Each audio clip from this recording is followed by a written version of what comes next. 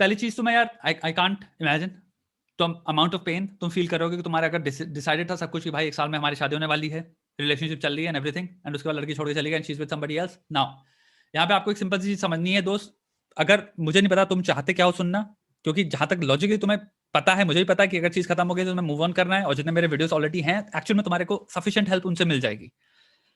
But I think it would be helpful अगर मैं तुम्हें बताऊं कि भाई हो सकता है क्या पॉसिबिलिटीज हैं, उस इंसान के दिमाग में क्या चल रहा होगा, क्या पैटर्न ऑफ बिहेवियर हो सकते हैं जिनकी वजह से इंसान वो काम किया उसने जो कि तुम्हारे को जिसने इतनी चोट मारी है। तो पहली चीज ये हो सकती है भाई, you have to understand shaadi is a finality in a lot of people's mind.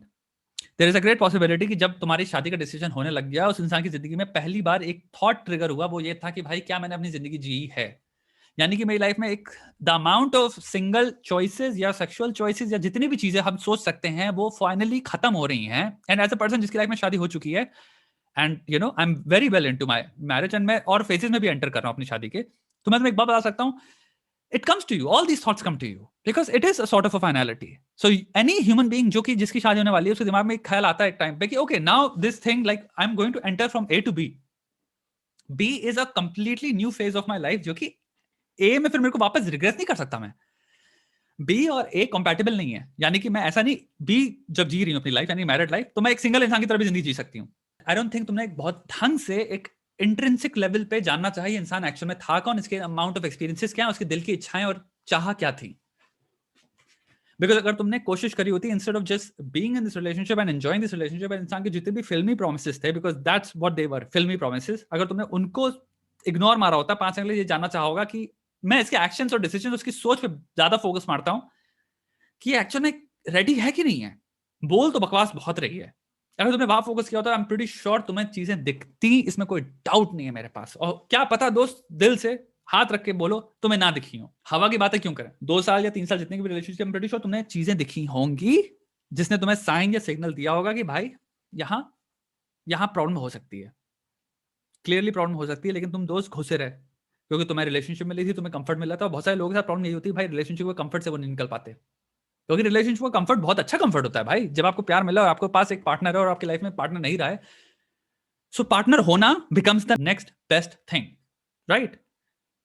इसको अब मैं क्यों छोड़ूं, कैसे रिलीव कर दूं, कैसे मैं, अगर मेरे को, आप एक और चीज समझो, पास्ट में इंसान जो जी रहा है रिलेशनशिप में, उसको थोड़ी पता है कि अगर उसको रेड फ्लैग दिख भी रहे हैं कि ये मुझे छोड़ के चली जाएगी, तो हम रेड फ्लैग के पे एक्शन ही नहीं लेते।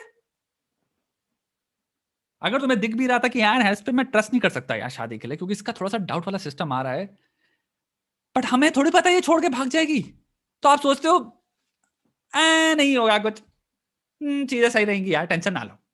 हमारी सोच ऐसे चलती है। एंड मेरी पूरी एजुकेशन जो मैं सिखाना चाहता हूं लोगों को, प्रैक्टिकल थिंकिंग या प्रैक्टिकल फिलोसफी की, वो यही है कि अपनी जिंदगी में रियलिटी ड्रिवन बनो, मोर देन आइडियोलॉजिकली ड्रिवन। और प्रैक्टिकल थिंकिंग की सच्चाई ये है कि जब आपको दिखे रेड फ्लैग्स, जब आपको चीजें दिखें, जब पेट में चीजें ना पचें, तो उन पे एक्ट करो मेरे दोस्त। बैठो नहीं, इंतजार मत करो कि बम फटे और कब मेरे दोनों टांगे एम्प्यूटेट हो जाएं, इमोशनली स्पीकिंग। तो भाई हमें क्या पता भाई उसको एक्चुअल में डाउट आया हो, क्या पता उसको भाई शादी एक्चुअल में ना करनी हो, मेंटली प्रिपेयर्ड नहीं थी, क्या पता भाई तुम्हारी तरफ से हो कि भाई शादी करनी, क्या पता उसके घर की तरफ से हो, हमें क्या पता, मुझे नहीं पता, तुम्हें पता है सारी सच्चाई क्या है। तो मैं उस लड़की को डिमोनाइज भी नहीं कर सकता 100%। सच दिल से अगर मैं बात कहूं तो तुम बच गए ऑन अ लेवल जो तुम्हें आइडिया नहीं है। ये छोड़ के निकल गई, she has done more good to you, जो तुम अभी रियलाइज नहीं कर रहे हो, एज अपोज टू लेट्स जैसे तुम्हारी इस लड़की से शादी हो गई होती दोस्त, और फिर अगर उसने रियलाइज किया होता कि मुझे शादी में नहीं रहना, या फिर मैं किसी और को लाइक करती हूं। बस सोचना, तुम में जो दर्द हो रहा है वो एक लेवल पे जायज है, और वो एक लेवल पे बहुत दिल से बात बताऊं चला जाएगा, मुक्त हो जाओगे, टेंशन ना लो।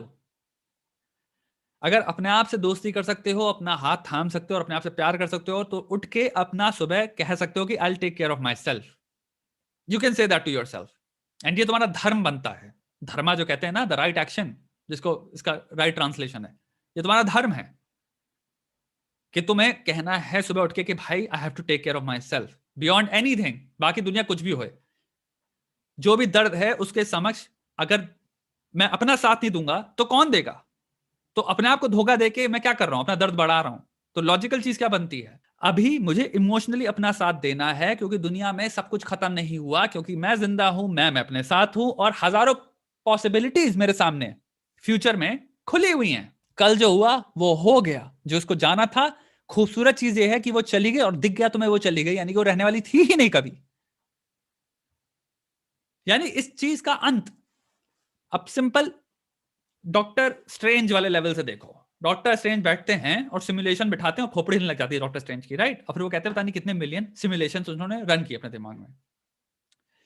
तुम्हें डॉक्टर स्ट्रेंज की तरह सोचना है कि तुम जो जितने भी सिमुलेशंस रन करो अपने रिलेशनशिप के बारे में, वो एंड होनी है हर एक सिमुलेशन में। जिस सिमुलेशन में अभी जो एक्चुअल रियलिटी में कन्वर्ट हुई है simulation, it is so far, I would say much less hurtful. समझ रहे हो? It's very very less in comparison to other simulations जिनमें तुम्हारी फट के चौराहा होने वाली थी। लाइफ में एक पर्सपेक्टिव हमेशा ऐड करना, चीजें बहुत स्ट्रीमलाइन हो जाती हैं। जो अभी तुम्हें लग रहा है कि सबसे एक्सट्रीम वर्स्ट चीज जो हुई है तुम्हारे सामने, अगर तुम सिंपल से पर्सपेक्टिव पुट करो कि लेट्स जस्ट से 5 सिचुएशंस और पुट करते हैं, अगर ये अभी मुझे छोड़ के ना गई होती, तुम इमेजिनिंग अभी लौंडे हो, 2 साल पहले शादी होने वाली, तुम्हारी उम्र पता नहीं क्या है, 28, 27, 26, कुछ नहीं हुआ तुम्हारे साथ भाई। 30 में कर लेना शादी, 32 में कर लेना शादी, क्या हो जाएगा? खुश तो रहोगे ना? वापस कोई ऐसा इंसान तो मिलेगा ना जो तुम्हारे साथ लॉन्ग टर्म रहेगा, रादर देन एक इंसान जिसके साथ अभी जबरदस्ती शादी तो कर बैठे थे, बाद में पड़ती कमर टूटती, और 31 में बैठे हैं, फिर लो यार शादी टूटी, चल गई, डिवोर्स भी हो गया। अब तो और बड़ा धोखा लग रहा है। अभी खाए हो चोट, 1 साल 6 महीने अपना साथ दो, अपने पे वर्क करो, ये विश्वास रखो तुम्हें एक बेटर चीज मिलेगी। इसलिए नहीं क्योंकि कोई बाहर शक्ति है ऐसी जो तुम्हें बेटर चीज ला के देगी। तुम्हें अर्न करनी है बेटर चीज, और वो तुम कर सकते हो अगर तुम अपने आप को इमोशनली क्रिपल नहीं करोगे। जब अपना हाथ खुद तुम थामोगे और अपने में तुम खुद सक्षम बनोगे, जैसे कहते हैं सेल्फ सक्षम, तो तुम्हारे पास हजारों पॉसिबिलिटी है एक गजब इंसानों के पास साथ रिलेशनशिप एस्टैब्लिश करने की, और वो तुम्हारी राइट है, वो तुम डिजर्व करते हो। क्योंकि दोस्त ये कह मत देना 7 बिलियन की पॉपुलेशन में लोग नहीं है जो तुम्हारे साथ कंपैटिबल नहीं है। तुम हो जो चुदुर पुदुर इनकॉम्पैटिबल लोगों के साथ घुस के रॉन्ग कंक्लूजन फॉर्म करके अपनी माथा पच्ची जो कर रहा है, जस्ट बिकॉज तुमने अपने आप को गलत जगह घुसेड़ दिया। इसका मतलब ये नहीं कि सिस्टम खराब है पूरा, तुम गलत जगह घुसे हुए हो for completely fucked up stupid reasons. Life complicated है, लेकिन अगर उसको थोड़ा सा पीछे फाउंडेशनल लेवल पे ढंग की फिलॉसफी के साथ अप्रोच करोगे, तुम इजीली फिगर आउट कर सकते हो चीजों को। क्योंकि स्ट्रेंथ मिलती है जब एक फाउंडेशन होती है, लेकिन जब फाउंडेशन ही डेस्पिरेशन है, फाउंडेशन ही बायोलॉजिकल अट्रैक्शन है, यानी कि भाई हमारे इंपल्सेस, हमारी अर्जेस, सबसे worst kind of impulses and urges जब हमारी फाउंडेशन है, तो चोट नहीं खाओगे तो क्या होगा दोस्त? सोचो।